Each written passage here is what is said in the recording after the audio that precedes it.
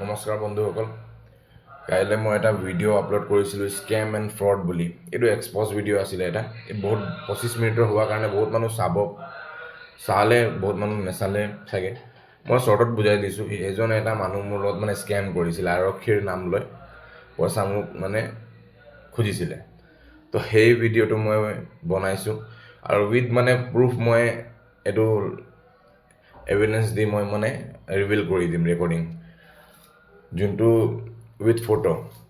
তাৰপিছত মোৰ ওপৰত কেছো হ'ব পাৰে, তো মোক একো মতলব নাই, হ'লে হ'ব। কিন্তু মই তাৰ আচল পৰিচয় আৰু আচল ইমেজটো মই দেখাই দিম গোটেই দুনিয়াত। আৰু মোৰ ব্ৰেইন টিউমাৰ কাৰণে মই মাটি বিকিছিলোঁ। সেই পইচাটো মোক ঠগিবৰ কাৰণে সি কি বুদ্ধি লগালে, আৰক্ষীৰ নাম লৈ মোৰ পৰা পইচা বিচাৰিলে। আৰু সেই আৰক্ষীজন মোক কেতিয়াও ফোন মৰা নাছিলে।